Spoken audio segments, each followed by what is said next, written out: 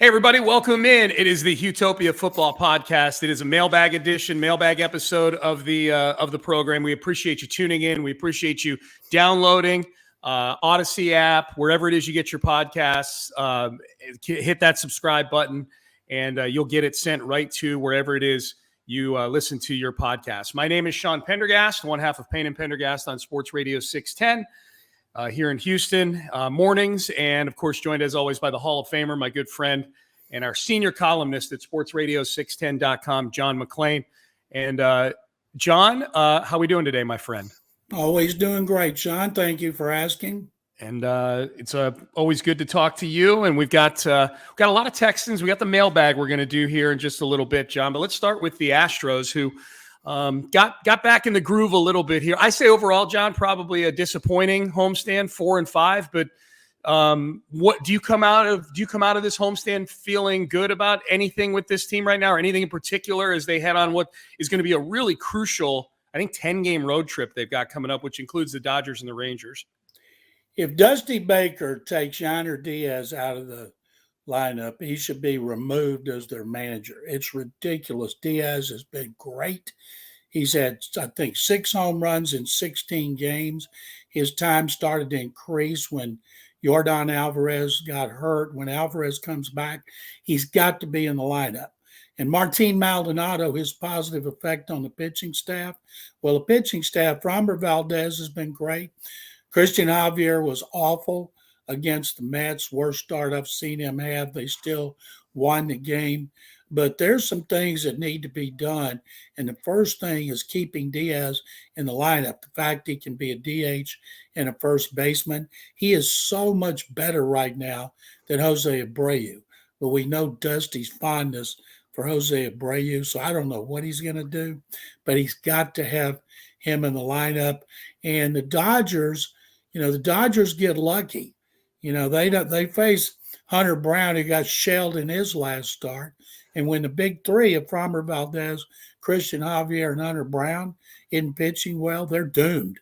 So the Dodgers are going to get J.P. France, Ronel Blanco, and Brown. Yeah. So the Dodgers ought to win a couple of those games. But, the losing to the Nationals the Reds is one thing because they're red hot.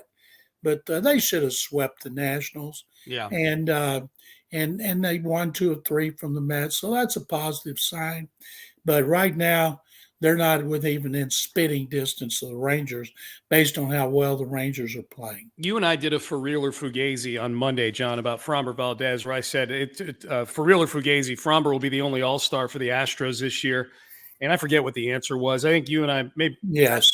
You think he'll be the only one? Unless Yordan comes back and he's healthy enough to play. I'm guessing he won't be in it. Yeah. Because he's their best player. But really, if you look around their lineup, who's going to get taken? Altuve didn't play enough. Yeah. If he got taken, it would be because of what he's done in the past.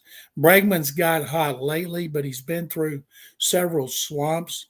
Nobody's going to take Tucker. His average is up from last year, but his home runs and RBIs are down. Maybe Tucker is an extra outfielder, certainly no catcher. So for a defending World Series champion, it looks bleak for the All-Star game. Yeah, it's not that they're not talented. It's just the talent isn't performing or unavailable. In the case of Altuve, he's missed so many games that he wouldn't make it. I think Yordan's going to get selected. Whether he goes or not is a different story. As far as Framber goes, John, I made this case today on Payne and Pendergast. I think Framber, I don't know if he's the best pitcher in baseball. I just know that, if I need to win one game, I'm taking Framber Valdez over anybody else. You can have the field. You can take anybody from any other team. If I got to win one game, and this goes back to the postseason last year when Framber was so good in the postseason, specifically in the World Series, won a couple games there. And he was dynamite earlier this week in the game against Verlander. That was Framber Valdez is the best thing. With Yordan out, he's the best thing this team has going today right now. Framber is definitely the best thing they got going. There's a lot of great pitching going on in baseball. I wouldn't take him over some of the others that are just tearing it up, but he's got a 2.27 ERA, how well Fromber's pitched is not based on his record. His record's 7-5 because he hasn't got the hitting or he hasn't gotten the bullpen that he needs, but he's been tremendous. He's moved into that ace role that Verlander had so seamlessly, and it's almost you're shocked if he doesn't pitch well.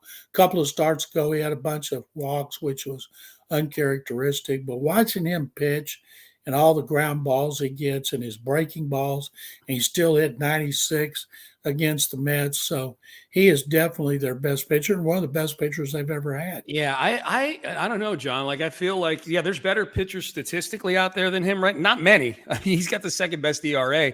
I just feel like his experience in big games, like if he needed somebody to win a game for me, and it's funny, you bring up the kind of mini meltdown he had against Toronto a couple of games ago. He's come back since that game, 2-0, 1.8 ERA, 15 strikeouts, 1 walk. Like and there's nothing he can't do as a pitcher. If you need him to get it up there 98 miles an hour, he can do that and strike guys out. He's a witch with the off-speed stuff. He's 3-0 this year, John, against Shohei Ohtani and Justin Verlander with a 1.17 ERA, 28 strikeouts, 2 walks. He's had 3 starts against those 2 guys, 2 against Ohtani, and then this week against Verlander. He's 3-0 with a 1.17 against other guys that are in that strata. He's remarkable to me. Those are incredible stats for him.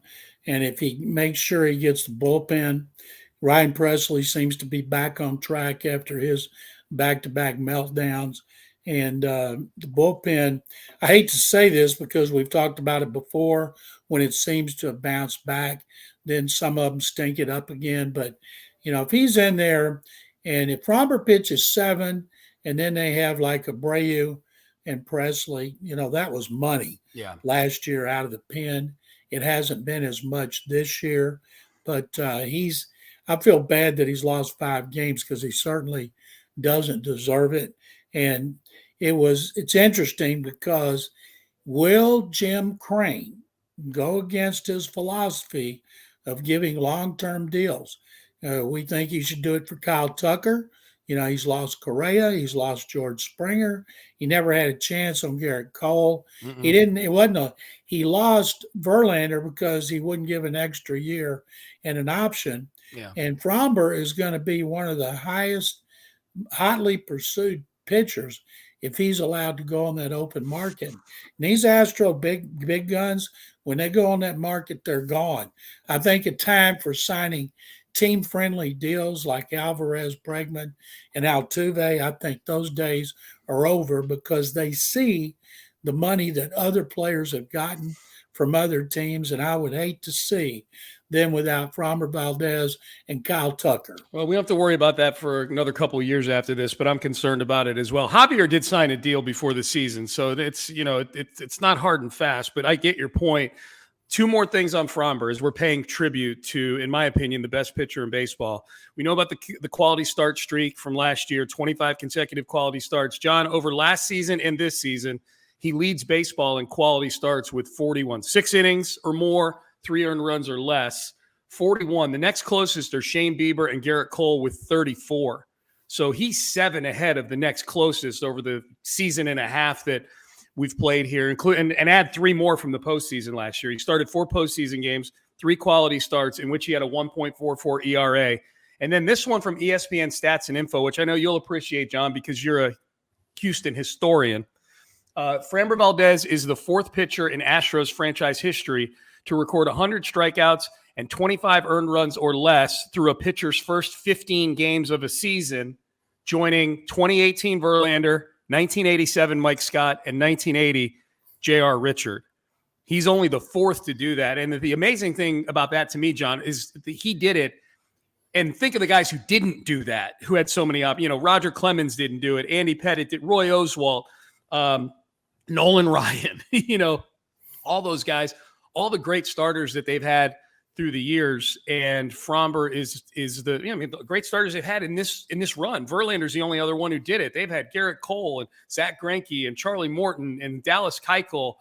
That's an incredible stat right there for Framber Valdez. I hope that all these stats you've looked up that are tremendous, you're tweeting them so I can retweet them. I'm actually put an article together for the Houston Press for tomorrow with all of these stats in Well, it. great. And I got to make sure I retweet your article Thank you. in the press because those are tremendous. They're good stats. All right, John, let's shift gears. We'll get to the mailbag in just a second. You and I talked about J.J. Watt on the previous episode of the podcast, just more in generalities about JJ than specifics. But since you and I talked on the podcast last, some news has come out about JJ Watt, at least in terms of suitors for JJ Watt. We don't know what JJ is thinking at this point as to what he wants to do in the next chapter of his career. But it sounds like, according to Andrew Marchand of the New York Post, 3 suitors have emerged for JJ Watt, at least reported.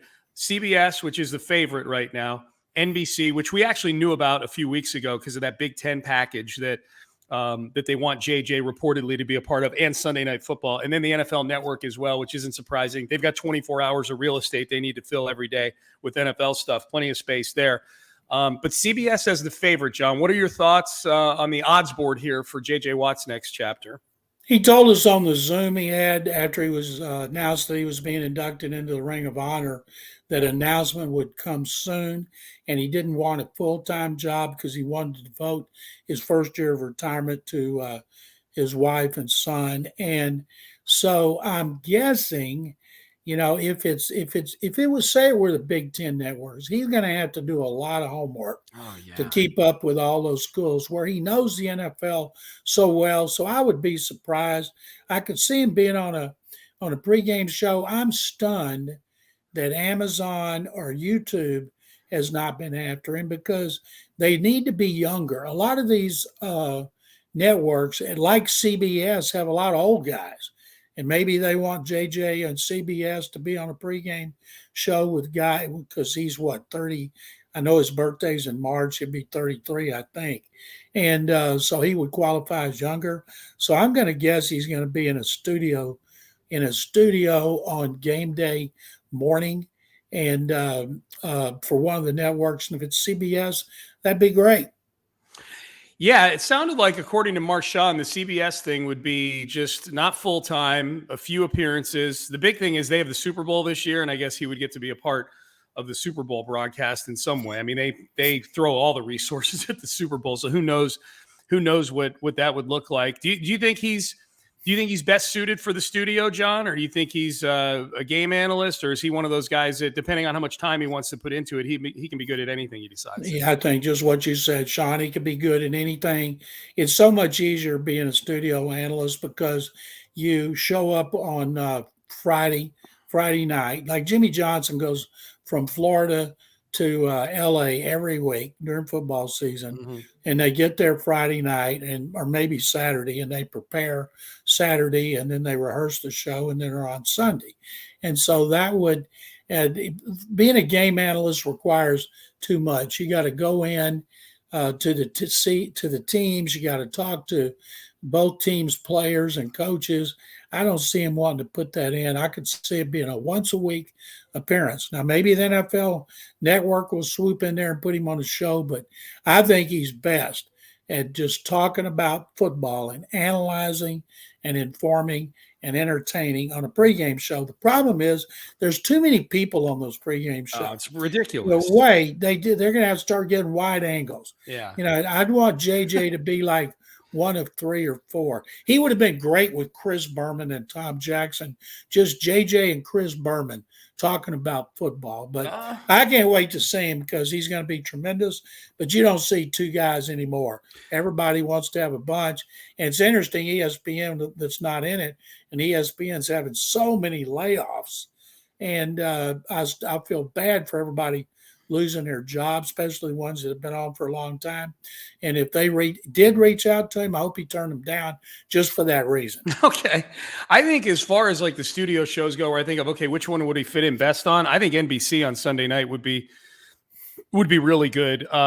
Just because that's, of all the rosters on the studio shows, that's the one that's been a little shaky to me. I'm not a huge Dungy guy when it comes to studio shows. No, I'm not either. Rodney Harrison's been okay. Drew Brees was pretty terrible. Like, he wasn't great. That could, JJ could be good on there. All right, John, you ready to do some mailbag questions here? Let's do it. All right, mailbag time, everybody. If you want to email the show, houmailbag@gmail.com.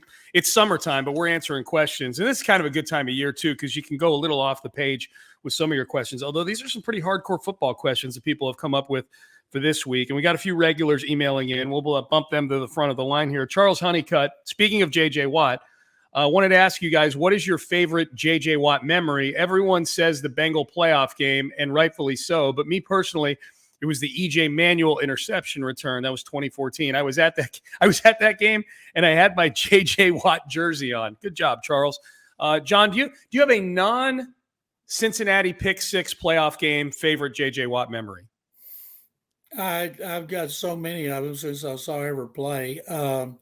I liked it when he went in as a tight end, and everybody in the press box would say, JJ's going to get the pass, and yet he'd be wide open. He caught a touchdown pass in Cleveland, and we're up there saying, JJ Watt's going to get this pass. The Browns got to know it.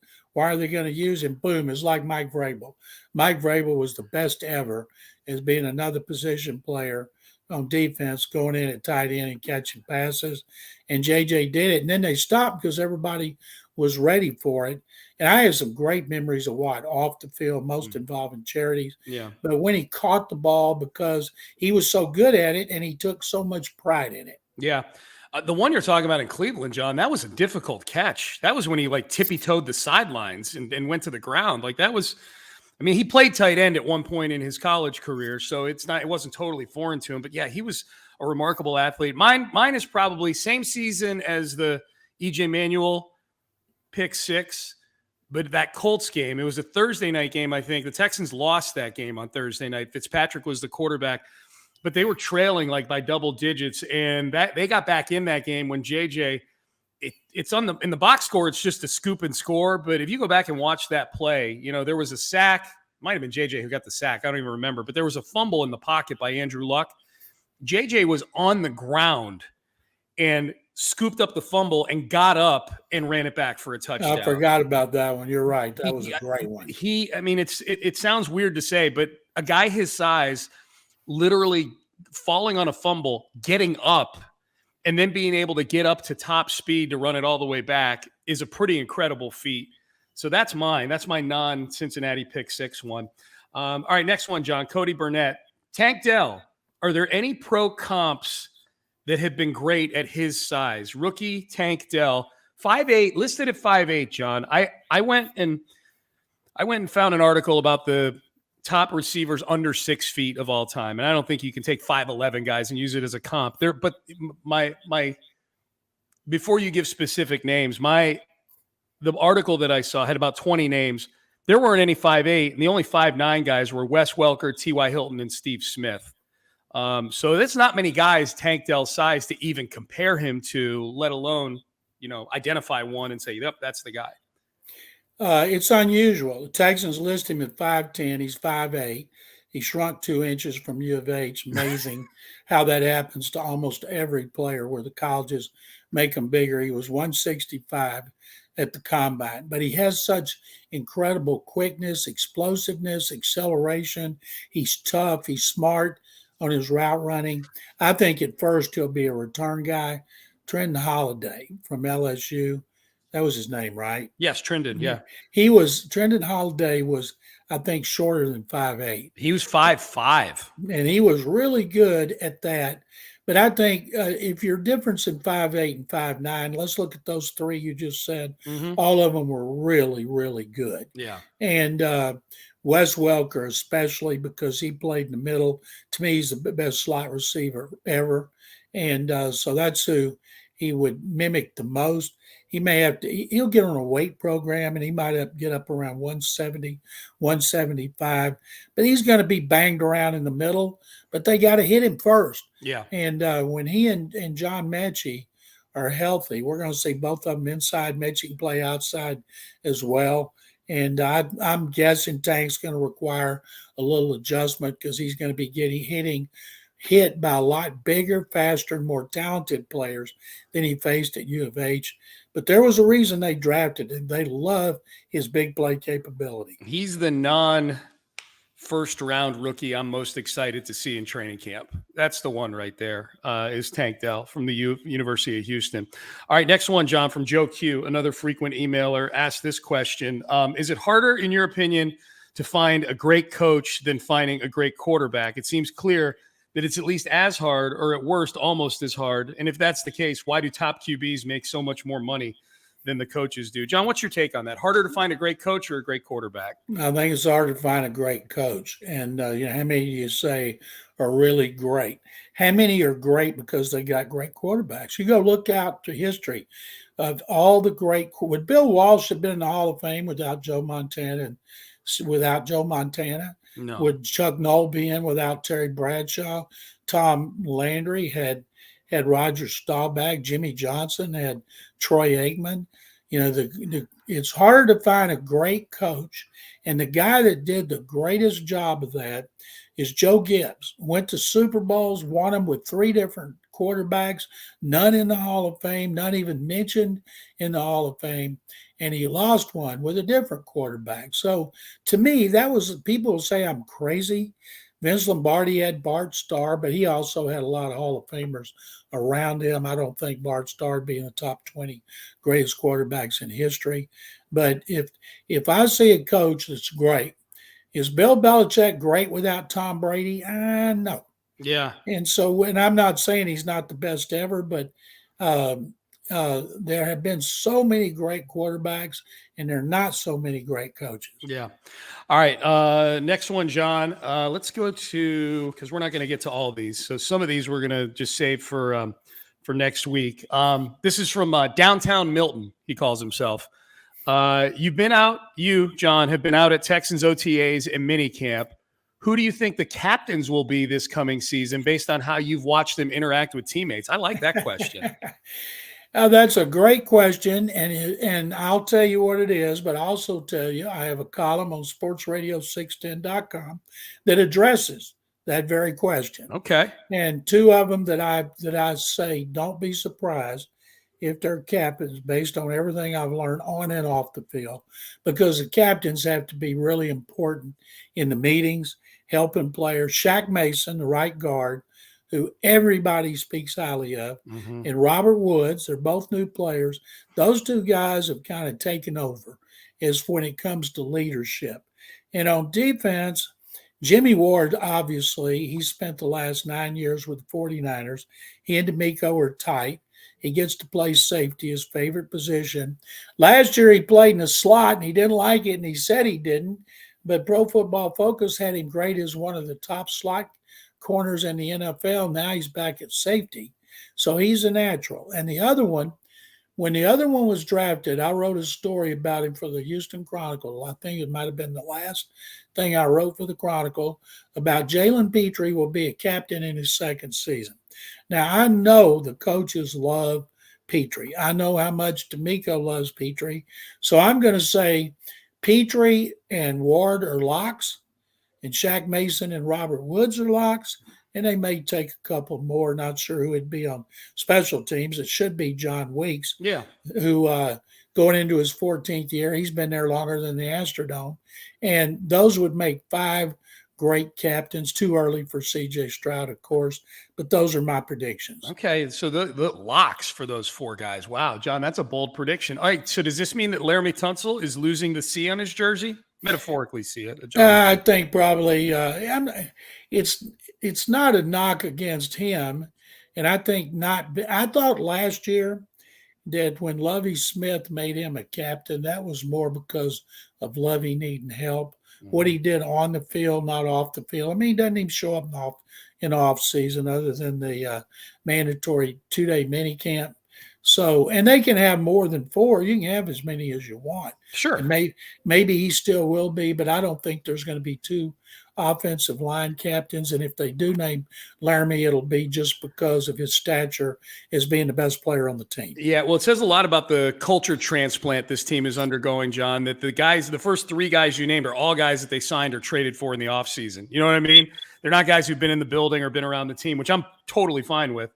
Speaking of which, John, not being at the offseason, 2 more questions. Tommy and Ito. John, in a previous episode of the Houtopia podcast, you were agitated that Sheldon Rankins wasn't at OTAs, and you seemed to imply strongly that he could get cut when it comes time to trim the roster to 53. Give me a percentage chance of that happening. It seems like a long shot. Love the pod, guys. It's definitely a long shot. It's only if it's a tie and other people emerge. They got a lot of defensive tackles. And Rankins played well last season. He started 15 games for the Jets. Texans are his 3rd team in 4 years. To me, it just doesn't make sense. You have a new team, new coaches, and not come except for the minicamp. Coaches can't admit it, but they're irritated by that. Steven Nelson should have been there, and he wasn't there. He's the last year of his contract. Sheldon Rankins, 1-year contract. I would do everything I could. And the only way he would get cut is if other defensive tackles emerged. Yeah. I don't think they paid him 1 year and $10.5 million. Yeah. But he should have been here, and I'll guarantee you they're not happy about it, even though they can't say so. But maybe he'll be like Laramie Tunsil, just step in and play great. I don't think that's going to be the case because he's never been great, even though he was drafted in the 1st round. But it's not anybody else, Roy Lopez, Thomas Booker, Son Ridgeway, none of those guys float your boat for that position. But if somebody emerged, but no, I don't think he's going to be cut. I think he might not start. Yeah. They gave him a $7 million signing bonus. I looked it up. So that, to me, the tie probably goes to the dead money. He's not going anywhere. Yeah, I don't think so either. All right, last one, John. I really like this one. Frank in Jersey Village. John, I heard you talking about the Dat Nguyen documentary coming out soon. 2 questions. 1, are you in it? Are you in the doc, John? I'm not in the doc. Okay. I thought maybe you'd be in there like a vignette or something like that. I'm assuming that's what Frank thought. I like this question. This is what I like. If you could pick one documentary to be made about the Texans, what would the main topic be? The main topic would be, if it's about the Texans' history, how the franchise came about, stole it from L.A. The NFL wanted to go to Los Angeles. I wrote that bet the house they're going to L.A. Bob McNair kept assuring me that they were going to get it because he had spies in L.A. because knew what was going on behind the scenes, and he was right. But the NFL gave L.A. an exclusive period, sent Roger Goodell out there to live and get it all together, and he's hanging out with Tom Cruise and all these famous people, and I thought we'd never get the NFL. If it's about their greatest players, I think it would be about J.J. Watt and Andre Johnson.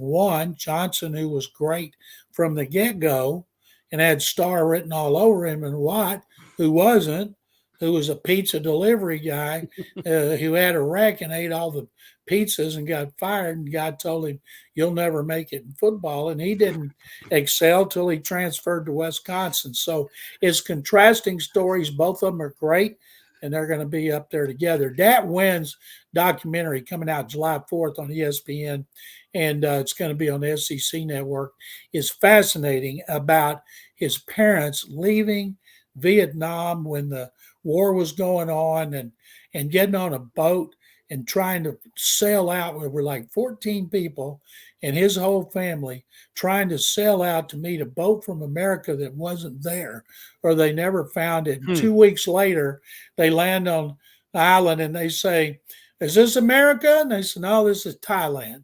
So there's a story about how they went to Thailand, to the West Coast, to Arkansas, to Michigan, and ended up in Rockport, Fulton, because his dad was a fisherman, and how Dad played football without his parents knowing it until he broke his arm and had to tell them the truth. And, of course, his career has been fantastic. One story he told off the air, I'll tell it here. Okay. As we ran out of time. Jim Myers, longtime assistant coach for the Cowboys, he died, and Dad met his wife. And his wife said, I think Myers had been in the Air Force. And she asked Dad, were you one of the children that my husband flew out of Vietnam in shoeboxes? And he said, no, ma'am, I was out of Vietnam on a boat. And she said that there were Americans and parents putting their children in shoeboxes, babies, to get them to America and Jim Myers flew planes that had babies in shoeboxes. I'd never heard that, and I grew up during the Vietnam War, and I just was blown away. Anyway, that win story is going to be tremendous. Produced by the 12th Man, and I hope everybody checks it out. That's a great tease, John. And that's on July 4th. It's coming out, you said? July 4th. Okay. Circling back to the original question. First of all, your J.J. Watt documentary, the whole preface about him eating the pizzas when he got into, his car broke down and he ate the pizzas and got fired. And the manager of the pizza store had the scouting acumen to take a look at J.J. Watt and say, you'll never amount to anything. My question was Bill O'Brien the one running the pizza store? Oh, that's funny. Somebody, when J.J. got to be great and was winning his 3 NFL Defensive Player of the Year awards, I can't remember who it was, somebody tracked down that pizza guy and said, well, what do you think now? And, of course, he said all the right stuff. Yeah, for sure. My two, and they're probably kind of interconnected. Well, let me back up. My big one that I would love to see, in part because I think I would be in it, and I think you would as well, because we lived through it, would be one about the Deshaun Watson saga. It would be an incredible 30 for 30. I think it will be a 30 for 30 someday, especially if Watson's time in Cleveland ends on one extreme or the other. Winning a Super Bowl, or as the version of Deshaun we got last year, and then it's one of the biggest failures of all time. And I think the Texans are tied into that as well. Like, if the Texans wind up winning a Super Bowl someday, the Deshaun story becomes even bigger because of the butterfly effect of all that. But I think you and I would both be in that as people they interview. I know at the very least I would be in there because of the Rusty Harden interview, because that would be in the documentary, right? It has to be. Yeah, and what was it that Rusty said that was the best thing? Happy endings are not a crime. It's not a crime. Just because you go somewhere and get a happy ending, that's not a crime. There's a little bit of Lou Holtz in Rusty Harden. Hey, listen, that's not a crime. You get the happy ending. We had a very happy ending in 1988, won the national championship. It was unbelievable. That's my kind of happy ending.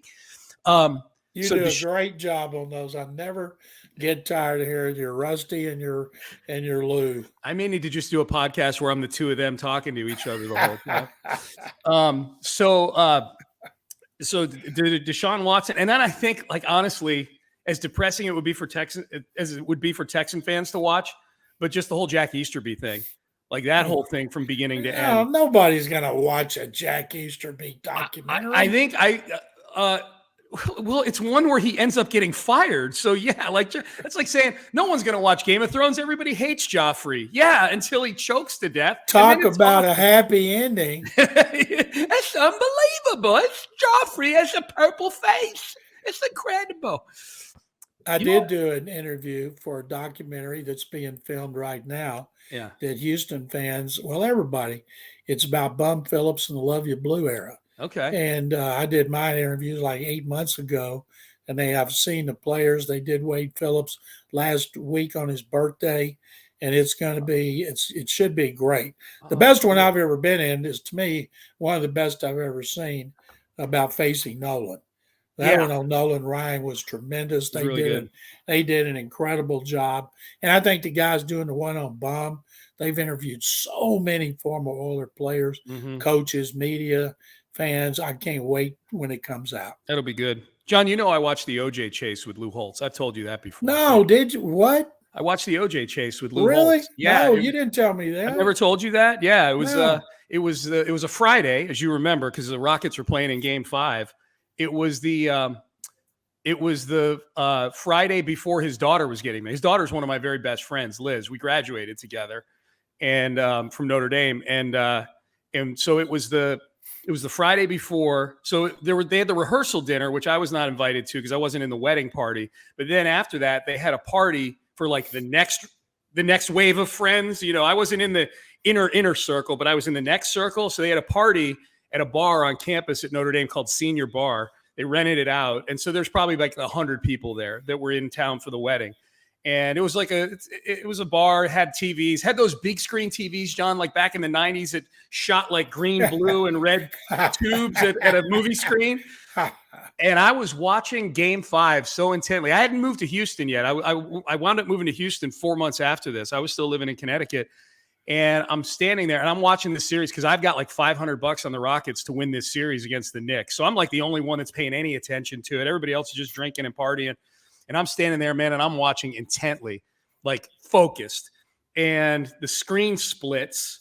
And all of a sudden on one side is the Rocket game. And on the other side is the OJ chase. We all remember what that looked like on TV. It was crazy.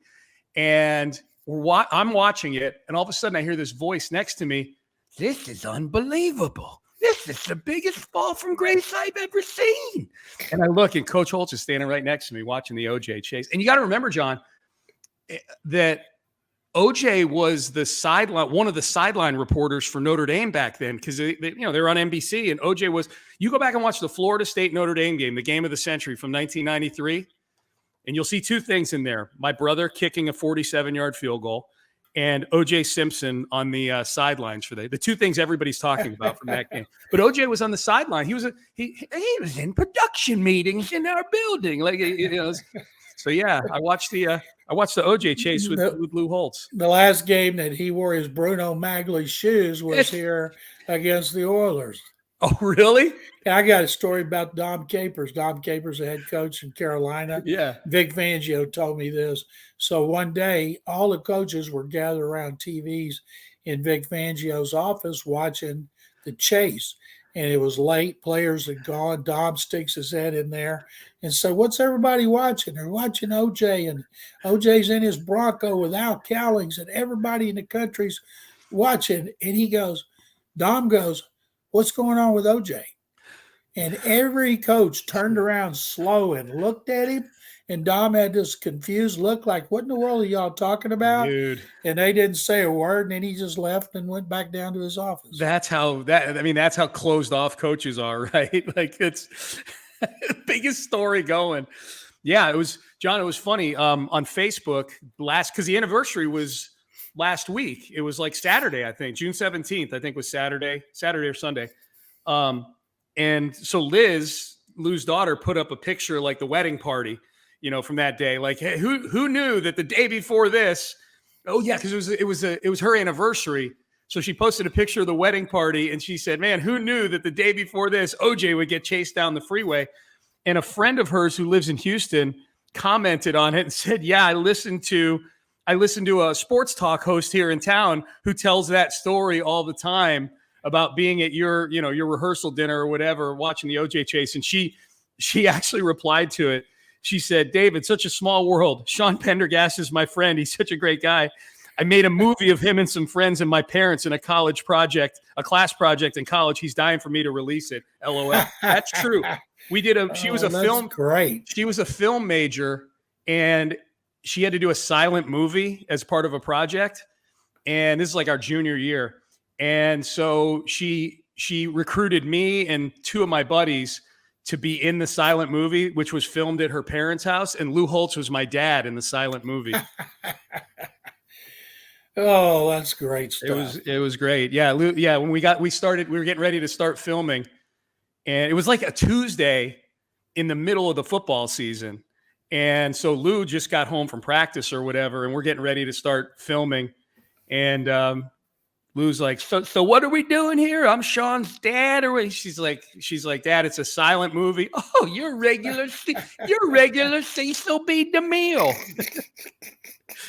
So I'll tell one more quick funny anecdote about this, John. He's my dad in the movie. And it's a short, like, silent film. It's like 5 minutes long, right? And the whole plot line is my parents are leaving to go out for the night, and I invite my idiot friends over to have a party, and we all get caught. The end, right? It's like a stupid little silent movie. So the very first scene of the movie is Lou and his wife, Saint Beth, he would call her. Her name was Beth. He called her Saint Beth. They were leaving and saying goodbye to me at the front door. And so Liz is like coaching her dad up. Okay, Dad, it's a silent movie. So nobody's going to hear you. So you have to kind of talk with your body motions. You got to be exaggerated with your body motions. Okay, got it. So, ready, action. I hug Mrs. Holtz, and Lou comes up to me. They're leaving for the night. He puts his hand out to shake my hand, because every dad shakes their son's hand before they go out. He grabs my hand and starts pumping it like a pump handle, and he screams, "See you, son! See you, son!" And Liz is like, cut. Like, Dad, you can shout as loud as you want. Nobody's going to hear you. It's a silent movie. Oh, those are great stories. It was funny, man. Yeah. It sounds like it. It was a good time. All right, John, what do you got going on your various platforms? I've got the column on Sports Radio 610 about 10 things we learned about the Texans at training camp, and I talk about who the captains should be, and then I have a column I did on the Astros that holds up because even though they've won back-to-back games, it talks about their weaknesses overall, and then I'll be writing more next week. Thank you very much, Sean, and thanks very much to James, our producer extraordinaire. Absolutely. Big thanks to James for getting this podcast out to you guys each week. 2 episodes a week during the summer. Soon enough, it'll be 3 episodes a week when the season is here. It'll be here before we know it. And so, big thanks to James for getting the podcast out. James Jackson, our producer. And yes, you can get all of John's stuff at sportsradio610.com. Click that subscribe button wherever it is you get your podcast. The Audacy app is a great place to go do that. Just search on either of us or search on Houtopia, Houtopia. Podcast pops right up. Hit that subscribe button. You don't have to worry about a damn thing. It'll come right to you. Spoon-fed podcast from Sean Pendergast and John McClain. All right, so for the Hall of Famer John McClain and our producer James, I'm Sean Pendergast. We are out of time. We will see you all next week for the next episode of the Houtopia Football Podcast. Have a great day, everybody.